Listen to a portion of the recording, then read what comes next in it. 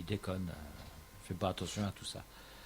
Mais il y a des personnes qui ont lu ce courriel. Il y en a 4 qui ont eu le courage de certifier par écrit. Je certifie avoir lu le courriel de M. Jérôme Hénin.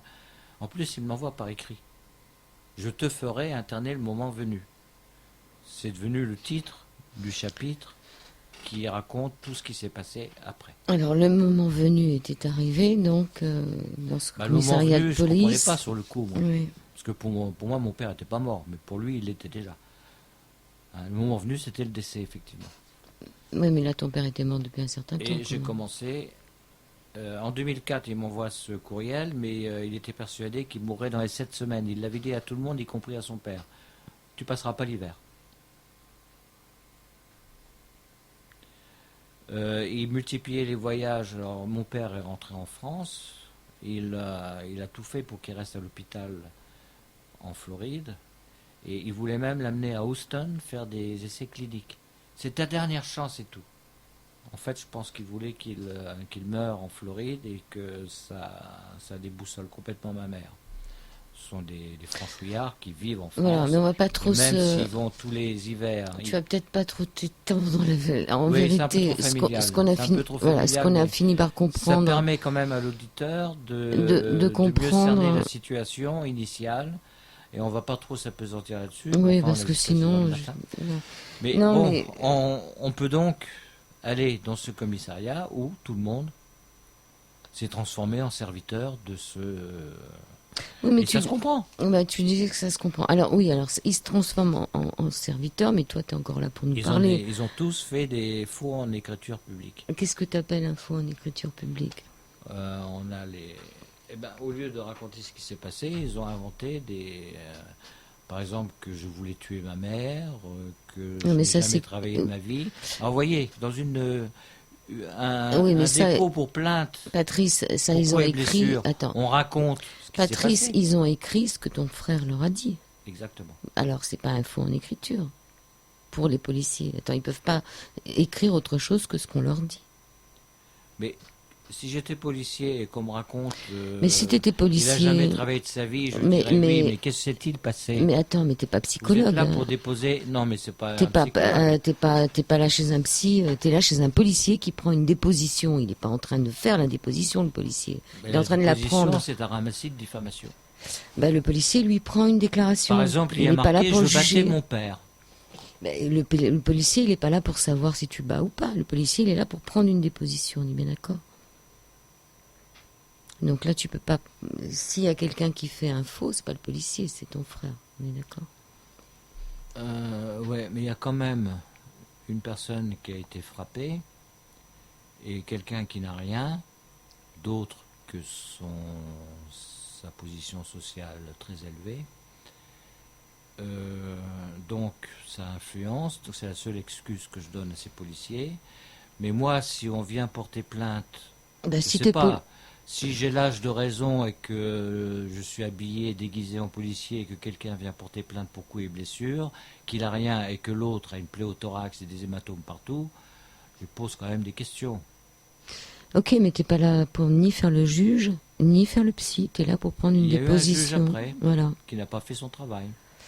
Alors on va peut-être parler du juge après, mais on va faire une pause musicale. Il y a eu un jugement. On va faire une pause musicale. D'accord, tu nous as amené plein de musique.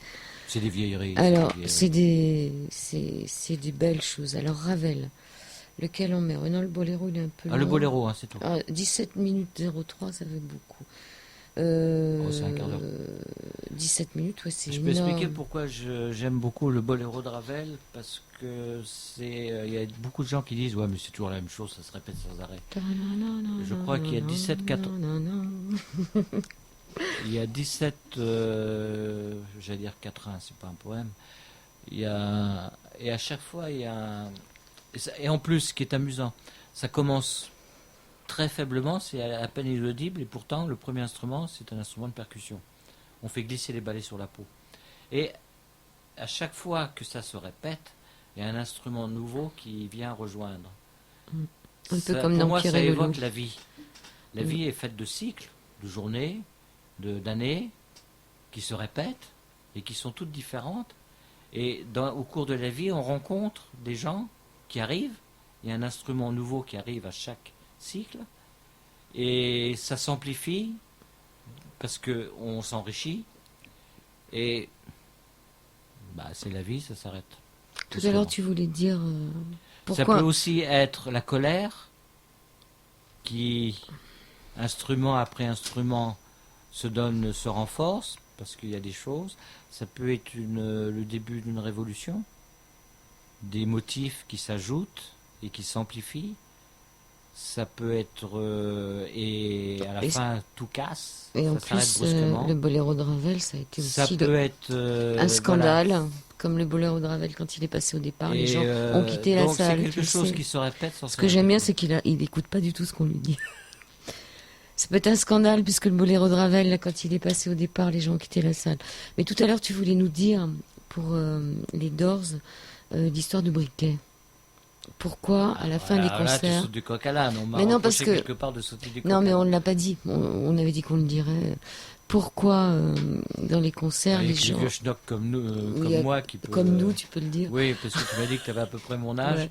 Ouais. Alors, il y a que des vieux schnocks comme nous qui peuvent savoir que lorsque Jim Morrison chantait Like My Fire, allume mon briquet, allume... ouais, c'était My Fire en anglais, c'est plutôt briquet, feu, c'est pas le feu. D'accord. C'est plutôt briquet. Tout le monde spontanément s'est mis à allumer le briquet au cours du concert. En hauteur. Et cette habitude est restée. Elle est restée et les gens ne le savent pas. Pourquoi? C'est ça l'origine. D'accord. C'est cette chanson. Like My Fire. Bon, on va faire une pause. Et puis on va se retrouver après. Donc là, on va commencer avec le Boléro de Ravel, mais on ne mettra peut-être pas 17 minutes. Hein. Ça fait beaucoup quand même.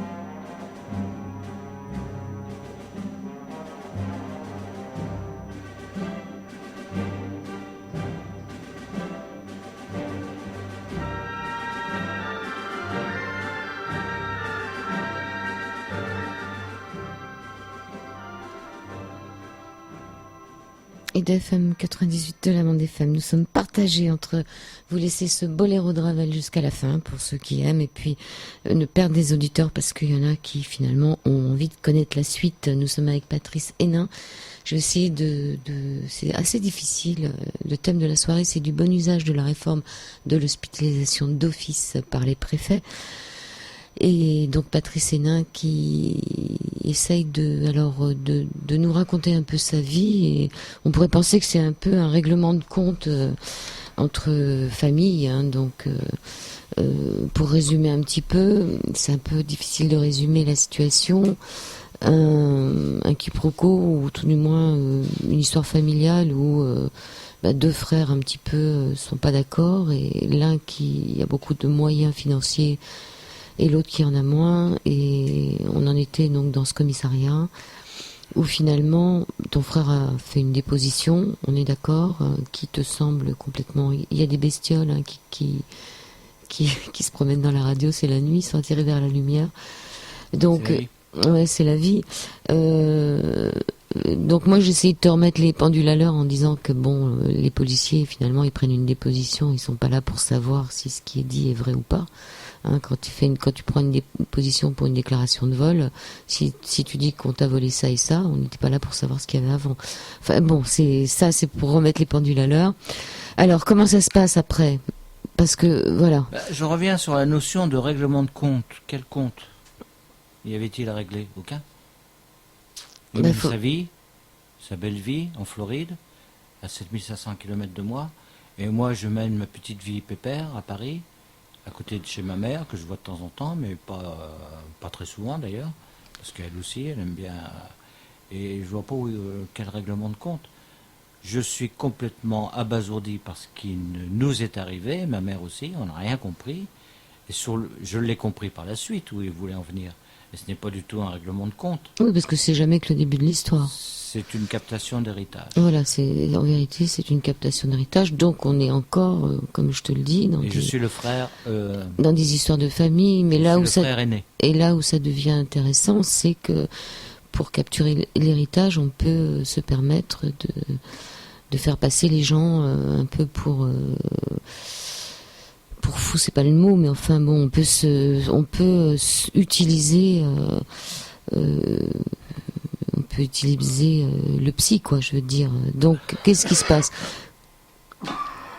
À un moment, Alors, il faut pas oublier que pour meubler ma petite vie d'handicapé, à 2 ans de la retraite, j'ai milité et j'ai commencé à créer un blog pour raconter ma vie de militant. C'est tout. Dans les tout premiers articles, ça parle beaucoup plus de ma vie de militant, les réunions, et puis bon, je suis pas un militant comme les autres, c'est-à-dire que on n'est pas vraiment la même personne. Et t'es plus militant ce jour, tu m'as dit, donc. En 2006, je l'étais. Ouais, mais là, il faut que tu changes sur ton blog si tu ne l'es plus quand tu te définis. Hein. Non, il a évolué le blog. Il faut que tu le changes, puisque là, tu me dis que tu l'es plus. Non, je garde tout, c'est une évolution. D'accord. Je raconte un déroulement Et on me voit évoluer en réflexion. Au début, ce sont des rapports de réunion assez classiques. Et après, il y a de plus en plus d'apports de réflexion. Vu ce qui m'est arrivé, qui est assez exceptionnel. Bon, tout le monde n'a pas un frère millionnaire qui vit en Floride. Moi, si. Bon. Mais ça peut arriver aussi dans des familles où il n'y a pas des frères millionnaires, hein, toutes ces histoires de conflits. En général, quand on a un frère millionnaire, on est son pote. Ouais, ça dépend. Alors, qu'est-ce qui se passe là, après le rapport de police, je l'ai à l'écran, là. Moi, je peux lire ce que le... Non, mais bon, c'est le rapport de tout le ton monde frère. peut le lire, Voilà, c'est dans le rapport. chapitre lettres de cachet, puisqu'il m'avait envoyé un courriel. Je te ferai interner le moment venu. Moi, j'ai pris ça pour une lettre de cachet qui a été exécutée par la justice. D'abord, Tu n'as pas été interné, tu es encore là pour nous parler. J'ai été condamné. Tu as été condamné, mais tu n'as pas été interné. Donc, il faut quand même regarder. Il s'est passé des mois entre le rapport de police que je n'ai jamais eu. Il m'a fallu 2 ans avant de pouvoir le lire. J'avais entre les mains uniquement le rapport médical des urgences médico-judiciaires, les UMJ, comme on dit, qui décrivait mes plaies, ma plaie au thorax, c'est vraiment une plaie. Et il me donnait des coups de pied au parti, il a toujours raté, c'est les cuisses toutes noires. Et c'est tout ce que j'avais, moi, ces 3 feuilles des UMG pendant 2 ans. La justice étant ce qu'elle n'est pas très rapide. Et moi, je menais ma petite vie de militant. Et bien entendu, j'en ai parlé à mes responsables de ce qui s'était passé au commissariat. Vous voyez, c'est quand même pas vrai, parce que ça s'est passé en avril, et j'ai été convoqué par une médiatrice, une déléguée auprès du procureur de la République. J'ai presque envie de donner son nom, mais je ne le donnerai pas. Mais il est dans le blog. Qui a convoqué les 2 parties. S'il y avait justice, tu étais convoqué par quelqu'un. Il y a une altercation, c'est tout à fait normal. Oui, c'est normal. En octobre 2006, Sarkozy est toujours ministre de l'Intérieur. Notre ami, monsieur le président Nicolas Sarkozy, enfin le ministre de l'Intérieur. En octobre 2006, il n'est pas encore élu. Moi, je suis militant de plus en plus actif au sein de la section socialiste du 12e arrondissement, où je connais tous les élus sortants et les candidats, dont la députée Sandrine Mastier, pour laquelle j'ai vraiment milité avec fougue, parce qu'elle me plaisait, sur le plan humain, elle me plaisait. Et en octobre 2006, donc, nous sommes convoqués tous les 2. Lui, il prend l'avion pour répondre à la convocation.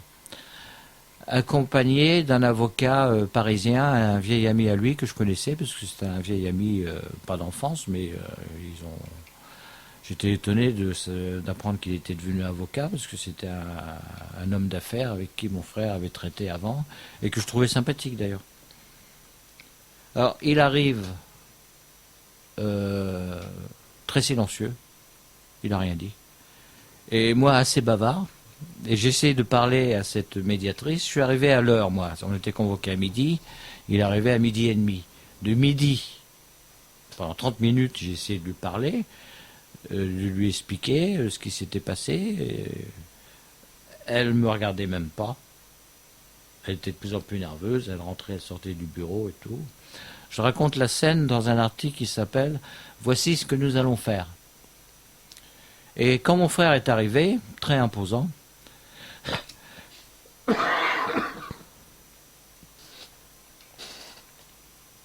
elle a été tout de suite épanouie.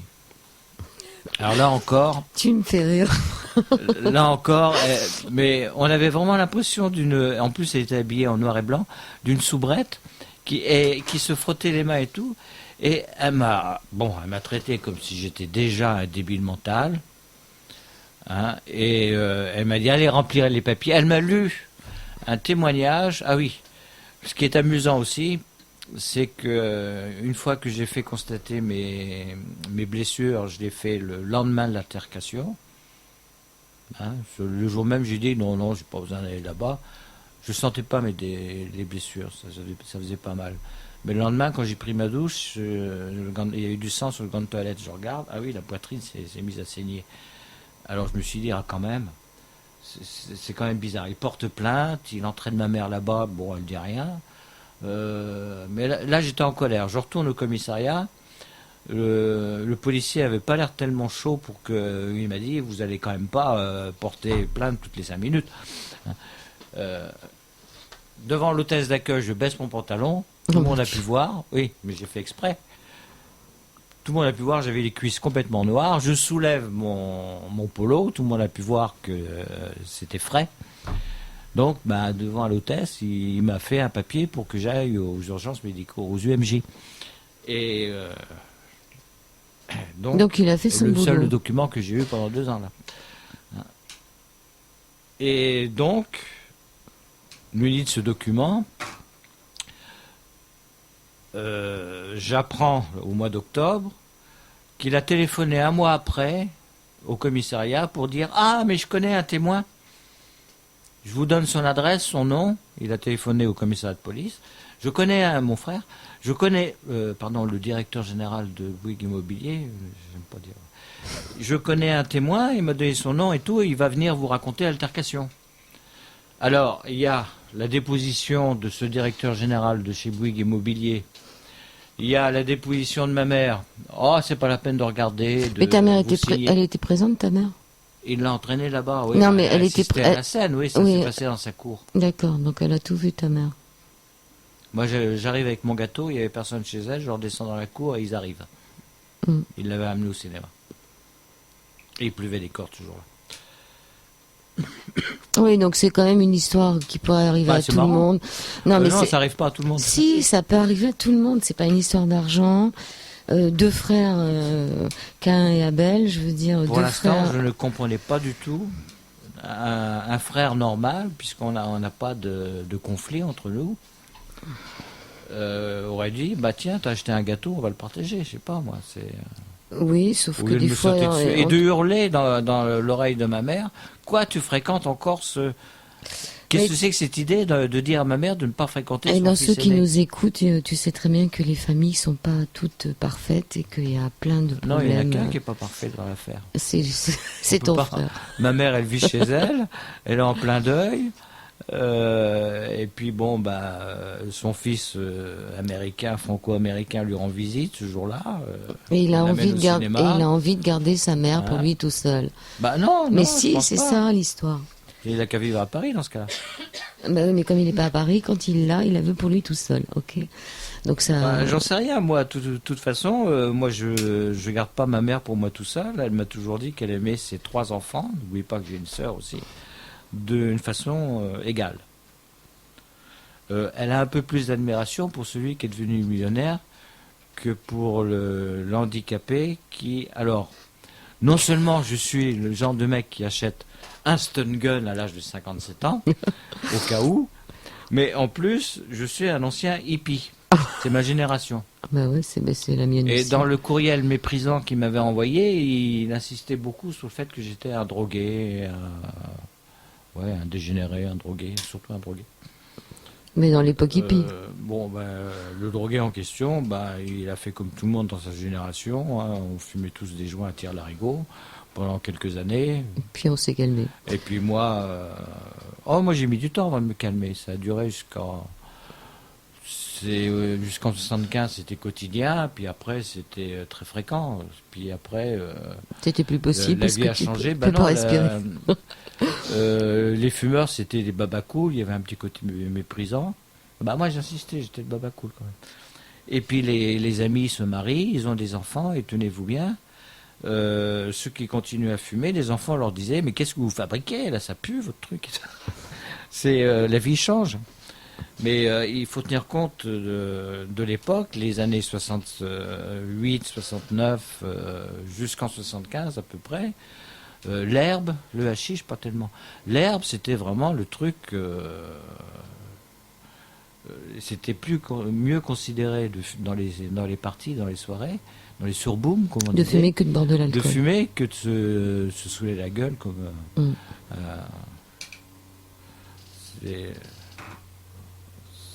c'est ça. Bon, pour mon frère, ça, c'était un signe de dégénéré et tout ça. Bon, d'accord. Il ne boit même pas de café. Hein. Lui, c'est quelqu'un qui, alors, point de vue drogue, bon, j'ai appris par la suite qu'il avait quand même succombé à l'alcoolisme mondain. Je ne sais pas jusqu'à quel point, mais enfin, je ne le vois pas comme un alcoolique. Mais bon, donc, je suis un mec qui, à l'âge de 57 ans, achète une matraque électrique pour se protéger au cas où, et qui a fumé des joints pendant des années, une bonne vingtaine d'années quand même. Quand tu étais jeune, quand tu étais petit. Ouais, j'ai commencé assez tôt. C'était en 68, je crois. Ça, je le raconterai dans mon blog. C'est pas du tout raconté, mais je le raconterai parce qu'il y a c'était l'époque du film Mort, par exemple. Où c'était très bien. C'était. Qui se terminait à Ibiza. Bon, mais as-tu vraiment mon âge? As-tu connu cette époque Ah bah bien sûr. Tu avais des amis qui fumaient, quoi, régulièrement. Bah, je veux dire, à cette époque-là, c'était... Oui, il y avait le film Mort. Mais c'est pas du tout la même ambiance qu'actuellement. On n'achetait pas dans la rue, c'était entre amis. Il y avait quelqu'un qui connaissait quelqu'un, mais ça se passait jamais dans la rue, ça se passait entre amis, entre copains. C'était cette époque de Woodstock, etc. De toute cette époque-là, des hippies. Mais les hippies, c'était pas méchant. Bon, alors, donc on se retrouve avec cette femme-là les stars du show business de l'époque. On les 27, là, ceux qui sont morts à 27 ans, les Jimi Hendrix et tout ça. Ça, c'est ma période, c'est mon... Alors, tu es avec cette femme qui, pendant une demi-heure, que tu as traitée de soubrette, je trouve ça, parce qu'elle était habillée en noir et blanc. Moi, je trouve que tu as des idées. Oui, alors, cette déléguée auprès du procureur de la République nous a reçus. Elle m'a traité comme un chien. Elle m'a tout de suite... Alors, elle m'a lu ce témoignage, surgi de nulle part, qui n'avait rien à voir avec la déposition de... C'est encore une troisième version différente. Hein. Il y a celle de ce directeur, il y a celle de ma mère qui n'avait pas envie de parler, mais le policier a rédigé le truc à sa place. Bah, il lui a dit à la fin, c'est pas la peine de relire, vous signez. Non, mais ta mère surtout, c'était très difficile pour elle de se positionner entre l'un et l'autre. Il a fallu attendre 2 ans avant qu'elle puisse le lire. Mais quand elle l'a lu, elle a pleuré. Elle a dit, mais j'ai jamais dit ça. J'ai jamais dit ça. On lui a fait marquer que j'avais sauté sur mon frère, sur le mot qu'il ne faut pas dire, que j'avais sauté sur ce directeur général formé chez Bouygues Immobilier.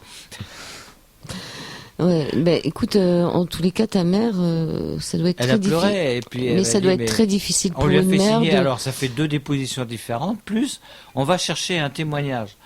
Mais il connaissait personne dans cette résidence. Il vivait en Floride. Il connaissait que ma mère dans cette résidence.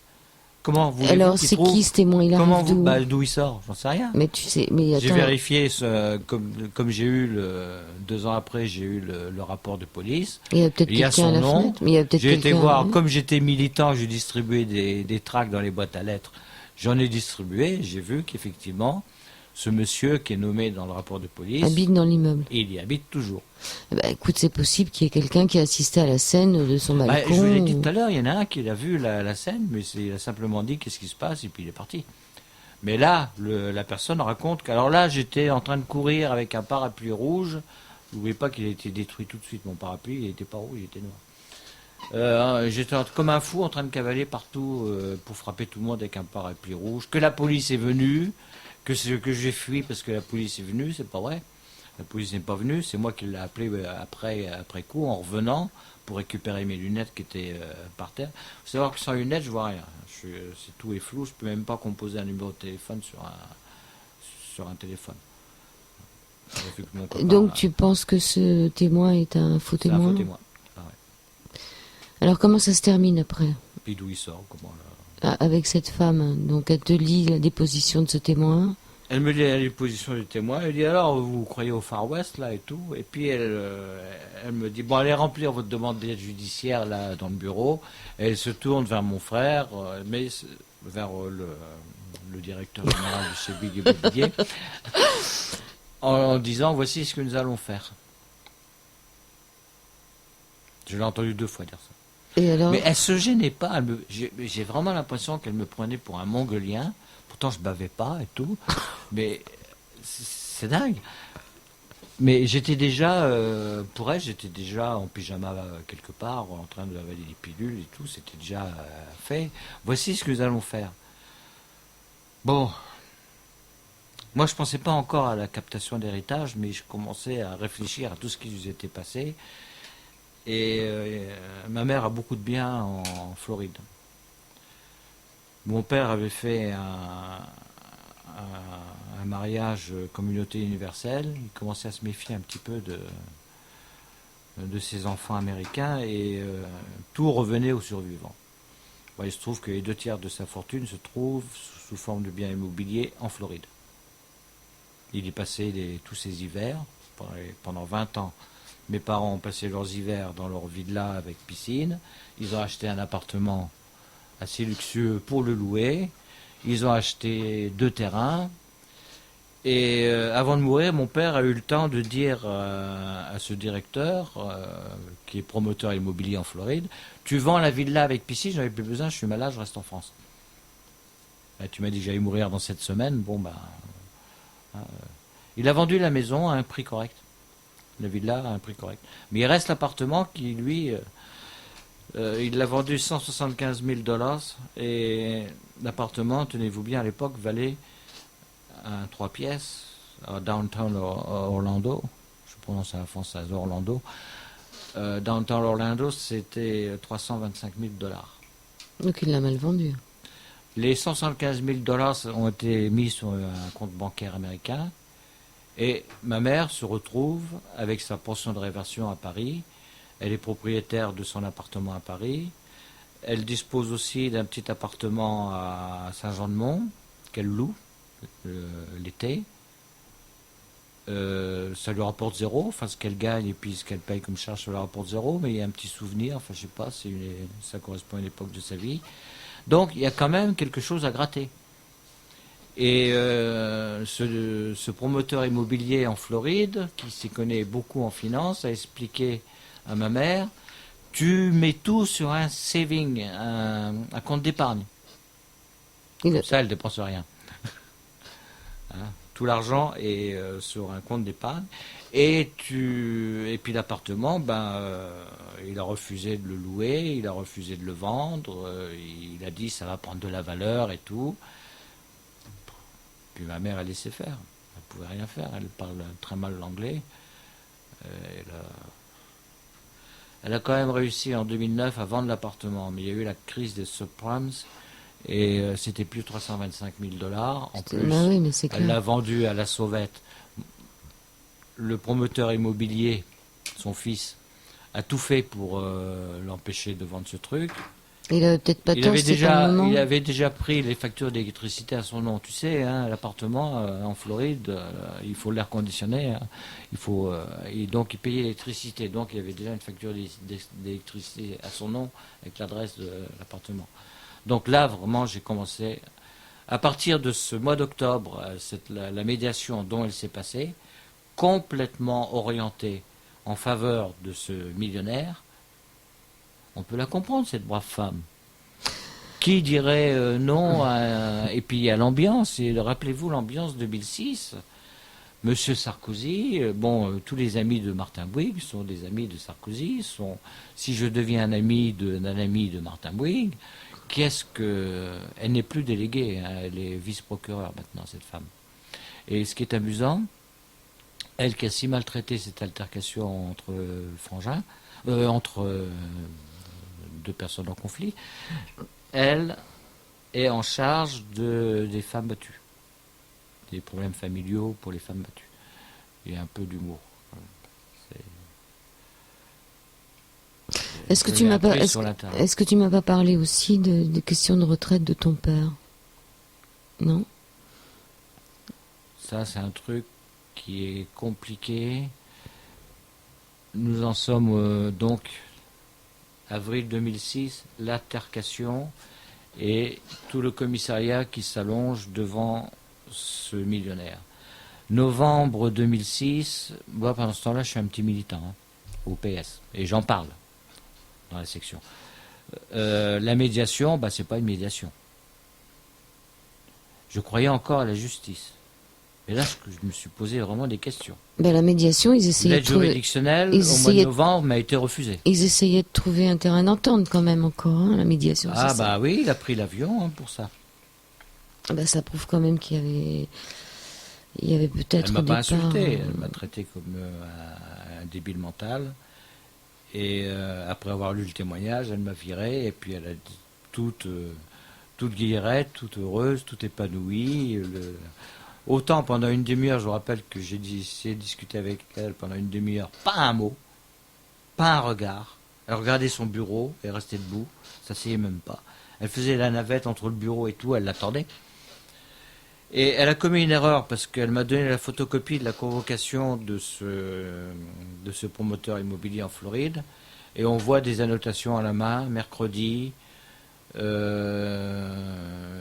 ne vais pas dire le nom, mais il y a le nom de la déléguée, que moi je ne connaissais pas. Hein. J'étais convoqué par une déléguée de la République, mais nulle part il y avait son nom. Donc j'ai connu son nom comme ça. J'ai un peu magouillé, j'ai téléphoné au secrétariat. Vous pourriez me passer Madame Machin là? Ah bah elle n'est pas là en ce moment. Bon, donc j'ai eu confirmation, c'est bien elle. Elle s'appelle Françoise. Il y a beaucoup de Ouais, Françoise. alors après, ça donne quoi alors? Donc, La conciliation là, tombe à ça l'eau. donne que je commençais à me poser des questions. Bon, sur la police, c'était réglé, mais sur la justice. Et puis, sur ma section socialiste, où on cherche à dire, oh, c'est une affaire familiale. Oh, Oui, mais c'est une un affaire truc, familiale, c'est clair. ah, maintenant, il y a des militants qui voulaient savoir qu'est-ce qui se passe. C'est quand même une affaire familiale, on est Et puis, d'accord. quand même, les élus. C'était la mairie sortante et puis la candidate députée. On peut quand même donner le nom de la députée. Non, C'est peut-être pas la peine, hein, je veux dire. il n'y a qu'une seule députée dans la 8e circonscription du 12e Ben voilà, arrondissement. donc les gens ils cherchent si ça les intéresse. Il n'y en a qu'une. Voilà. Donc qu'est-ce qui se passe après Pour laquelle j'ai beaucoup milité. la conciliation, conciliation Arrive le mois de mai 2007. Tout de suite après l'élection du ministre de l'Intérieur, je suis convoqué le 23 mai. Et alors, l'avocat commis d'office, lui, me convoque un jour férié. Quand je lui fais remarquer, il me convoque. Ah oui, on s'en est aperçu, on allait vous rappeler. Bon, je lui dis, vous me convoquez un jour férié, monsieur Augustin, c'est son prénom. Et donnez-moi un autre rendez-vous parce que c'est dans quelques jours, le 23. Vous avez lu le dossier? Vous avez vu un peu? De toute façon, ça va être facile. Hein. Il a rien, j'ai les coups. Une altercation, une bagarre.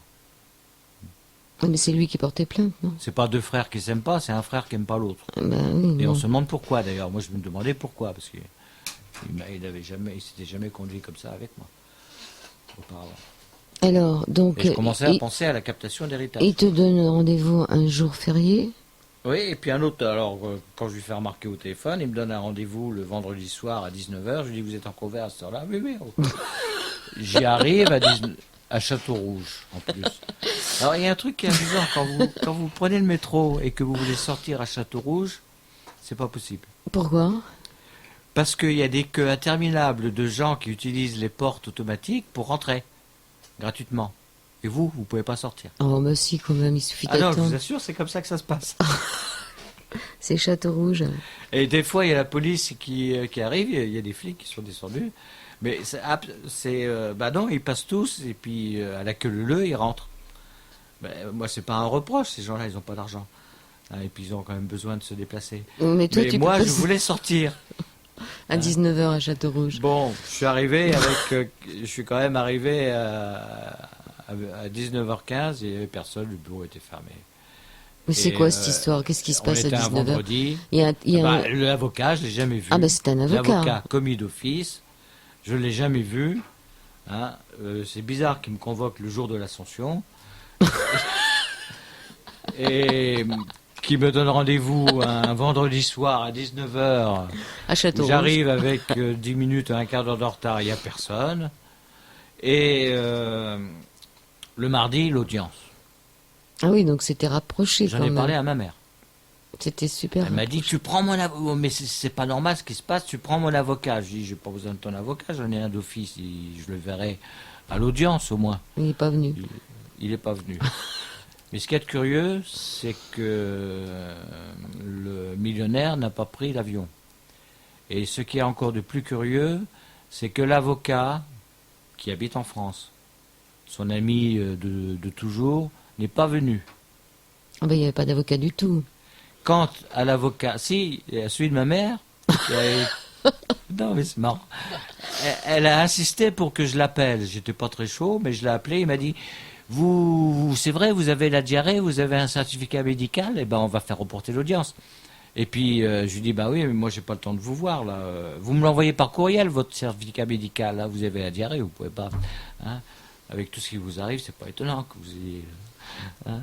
Et donc vous j'avais avez pas confiance du tout. Moi, je commençais à me dire que je commençais à réaliser vraiment que j'étais tombé dans un piège dont je ne connaissais pas encore vraiment l'objectif. Je commençais à penser à la captation d'héritage, mais Et je voyais mal comment on C'est pouvait. quoi cette histoire de Je voyais diarrhée? mal comment on pouvait voler les biens de ma mère.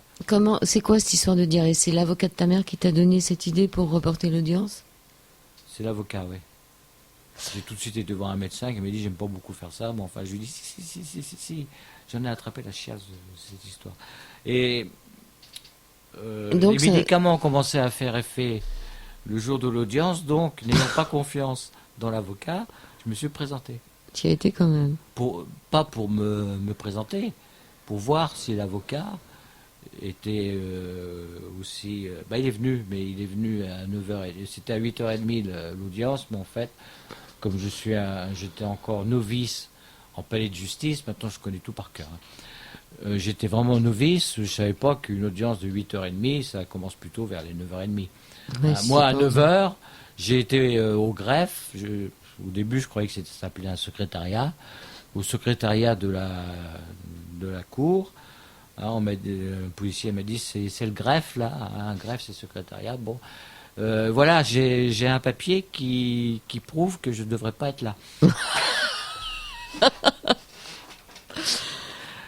Elle l'a pris, mais elle avait l'air désarçonnée. Elle m'a dit oh là là, oui, mais c'est que ça coûte des sous, quoi, ça coûte des sous.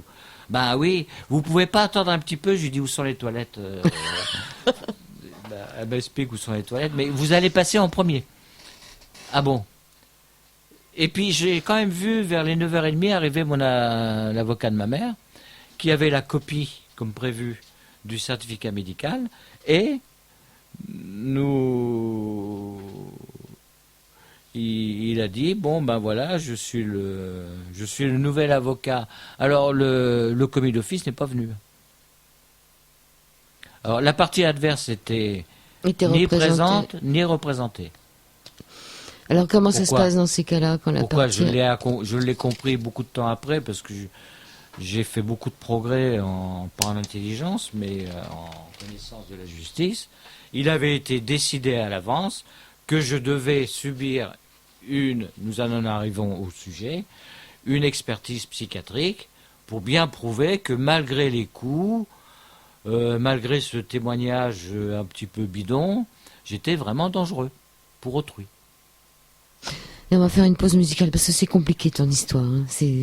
On a du mal à suivre. Alors là, j'ai pris 2001, l'Odyssée de l'espace, parce que c'est la musique que tu préfères. Ouais, et tu veux laquelle? Tu veux laquelle? Il va nous dire. Il faut suivre son histoire, mais je pense que dans son histoire à lui... Les gens peuvent téléphoner. Attends, il faut déjà que tu finisses l'histoire. Mais je pense que ton histoire, elle n'est pas... La première, je pense que son histoire, il n'est pas seul à la vivre. Et que... Non, c'est pas facile. C'est une histoire loufoque, mais c'est pas facile de te suivre, mais c'est des histoires qui peuvent arriver à tout le monde. Attends, parce que ton truc, il fait 18 minutes encore. On va pas mettre 18 minutes. Hein. 18 minutes. Blue Danube, c'est de combien? Le deuxième, il est moins long, parce que 18 minutes, le boléro, il faisait 17. Il y a deux versions de Also... Ah, peut-être la 11 et Ah oui, mais l'autre, elle fait qu'une minute, là. Also Sprach, mais celle-là, elle fait que 1 minute 41, ça fait court. Non, on va mettre The Blue Diamond, parce que celle-là, elle fait 4 minutes. 4, la 4. Donc, tu es content d'être avec nous ce soir. De pouvoir enfin t'exprimer sur l'antenne. Et on va partir un peu en musique. C'est parti. Mais je suis surtout très content que monsieur Nicolas Sarkozy nous écoute. Non, mais il nous écoute pas, te fais pas d'illusions. Bah, ses services nous écoutent. Bah, peut-être que ses services nous écoutent, c'est ce que tu voulais, qu'on t'entende. Mais je pense pas que Nicolas J'ai vraiment Sarkozy, tout à fait cette pour qu'il nous heure-ci, écoute. soit branché sur le 98 de la Bande FM. Je pense pas que ça l'empêchera de dormir. Alors, par contre, attends, là, j'ai encore un petit problème avec ton truc qui marquait 9 minutes. Alors, bah écoutez, on va commencer. Puis si c'est trop long, bah, je l'arrêterai parce que ça me semble. Attendez, c'est pas la 4 qui voulait mettre, c'était la 6. Non. Je vous raconte la vie. Et voilà, il faut que j'en remette Alors, Lux Eterna, je comprends pas. Ça me semble très très long. Bah, écoute, la 4, elle est marquée 9 minutes là et 4 minutes sur le CD. On verra bien, c'est parti.